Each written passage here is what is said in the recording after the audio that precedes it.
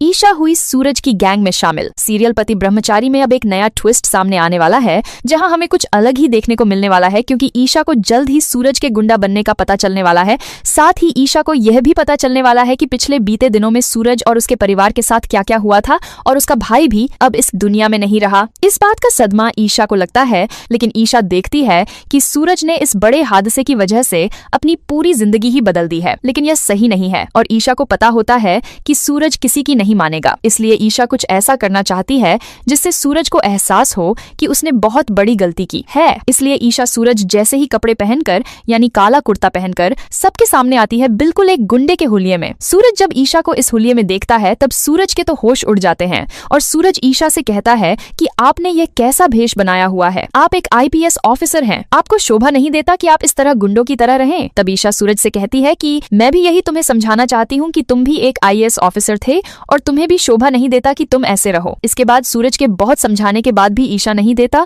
बददान समझाने के बाद भी समझती है, और सूरज से कह देती है कि मैं भी तुम्हारी गैंग में शामिल होना चाहती हूँ। अब ईशा सूरज के साथ मिलकर उसकी गैंग में शामिल होने वाली है। यह देखकर अब सूरज को कहीं न कहीं लगता है कि कहीं वह ईशा जी की जिंदगी तो खराब नहीं करने वाला, क्योंकि ईशा जी को IPS ऑफिसर होना चाहिए था, और वह यहाँ पर मेरे साथ मेरी गैंग में शामिल हो गई। तो क्या इस तरह ईशा सूरज को वापस से IAS ऑफिसर बना पाएगी, या फिर ईशा भी अपनी IPS की नौकरी छोड़कर सूरज के साथ उसकी गैंग में शामिल होकर हमेशा के लिए गुंडागर्दी में ही अपनी जिंदगी बिता देगी? आगे की कहानी बहुत ही शानदार होने वाली है, क्योंकि अब जल्द ही हमें कहानी में कुछ ऐसा देखने को मिलने वाला है जहां पर बंटी और रिया को अब एक दूसरे से प्यार होने वाला है। पहले तो बंटी रिया से प्यार किया करता था, लेकिन अब रिया को भी बंटी से प्यार होने वाला है, और रिया अपने दिल की बात बंटी से जल्द ही कहने वाली है। तो अब आगे चलकर कहानी में एक के बाद एक नए ट्विस्ट हमें देखने को मिलेंगे।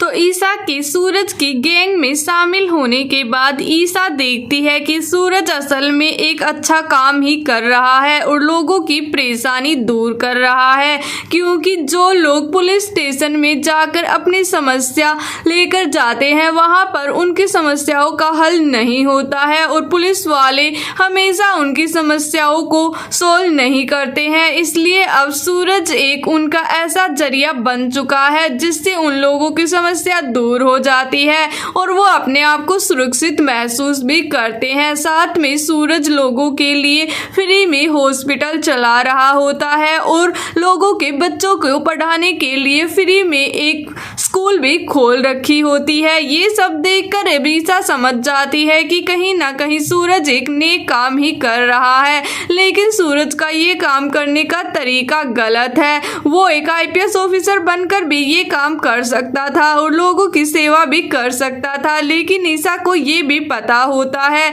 कि अगर वो IPS ऑफिसर बना रहता तो उसे हर नेता की बात माननी पड़ती, और वो किसी को भी इंसाफ नहीं दिला पाता। इसलिए ईशा को भी समझ नहीं आ रहा होता है कि वो सूरज को अब कैसे समझाए कि वो इस रास्ते को छोड़ दे। लेकिन अब ईशा को भी कहीं ना कहीं लगने लगता है कि उसे भी अब सूरज के साथ ही शामिल हो जाना चाहिए।